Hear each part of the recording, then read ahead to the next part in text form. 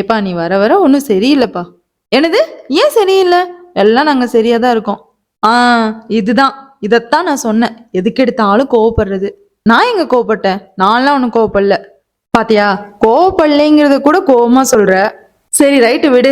உனக்கு பிபி ஏதாவது இருக்கான்னு செக் பண்ணி பாத்தியா? எனக்கு என்ன பிபி இருக்கு? பிபிலாம் ஒன்றும் கிடையாது, எல்லாம் நார்மலா தான் இருக்கு.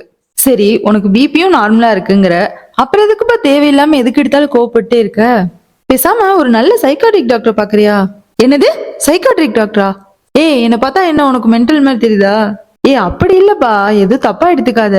சைக்காட்ரிக் பார்க்கணும்னாலே ஏன் மென்டல் நினைக்கிற? இப்ப இருக்கக்கூடிய காலகட்டத்துல நம்ம எல்லாத்துக்குமே ஸ்ட்ரெஸ், டிப்ரெஷன் இதெல்லாம் அதிகமா இருக்கு. இப்படி சம்பந்தம் இல்லாம எதுக்கு எடுத்தாலும் கோவப்படுறது நம்மளோட ஸ்ட்ரெஸ், டிப்ரெஷன் இதோட விளைவா கூட இருக்கலாம். அதனாலதான் நல்ல ஒரு சைக்காட்ரிக் டாக்டரை கன்சல்ட் பண்ண சொல்றேன். அவங்க இந்த மாதிரி விஷயத்துல எல்லாம் எக்ஸ்பர்ட்பா. நான் ஏன் அவங்கள பார்க்க சொன்னேன்னா, உன்னோட மைண்ட் செட்டை புரிஞ்சுக்கிட்டு நீ கோவப்படாம எப்படி இருக்கணும் அப்படிங்கிறதுக்கெல்லாம் அவங்க நல்ல கவுன்சிலிங் கொடுப்பாங்க. தேவைப்பட்டா அதுக்கு தகுந்த மாதிரி மெடிகேஷன் கொடுப்பாங்க. உனக்கு கோவம் வந்தா தாம் தூம்னு தாண்டவம் ஆடுற, பாக்குற எங்களுக்கெல்லாம் பயமா இருக்குல்ல, அதனாலதான் சொன்னேன்.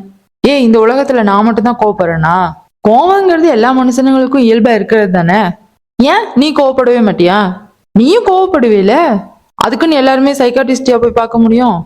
நான் அப்படி சொல்லப்பா. கோவம் எல்லா மனுஷனுக்கும் வர்றது இயல்புதான். ஆனா யார் கோவத்தை கண்ட்ரோல் பண்ணிக்கிறாங்களோ அவங்களுக்கு சைக்காட்ரிஸ்ட் தேவையில்லை.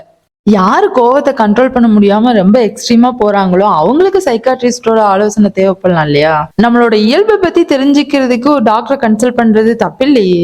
இல்லப்பா, எனக்கு இதை பத்தி உங்ககிட்ட சொல்லணும்னு தோணுச்சு, அதான் சொன்னேன். நீ எதுவும் தப்பா எடுத்துக்காத. நம்ம கோவப்பட்டு மத்தவங்களை திட்டுறது, அடிக்கிறது இதெல்லாம் வீரமான செயல்னு நம்ம நினைச்சுக்கிட்டு இருக்கோம். ஆனா நபி ஸல்லல்லாஹு அலைஹி வஸல்லம் என்ன தெரியுமா சொல்றாங்க?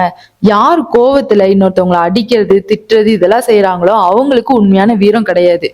மாறாக யார் கோபத்துல தன்னை அடக்கி கொள்றாங்களோ அவங்களுக்கு தான் உண்மையான வீரம் இருக்குன்னு நபி ஸல்லல்லாஹு அலைஹி வஸல்லம் சொல்லியிருக்காங்க. அதனால நீ கோழையா இருக்கியா இல்ல வீரமா இருக்கியா அப்படிங்கறத நீயே முடிவு பண்ணிக்கப்பா.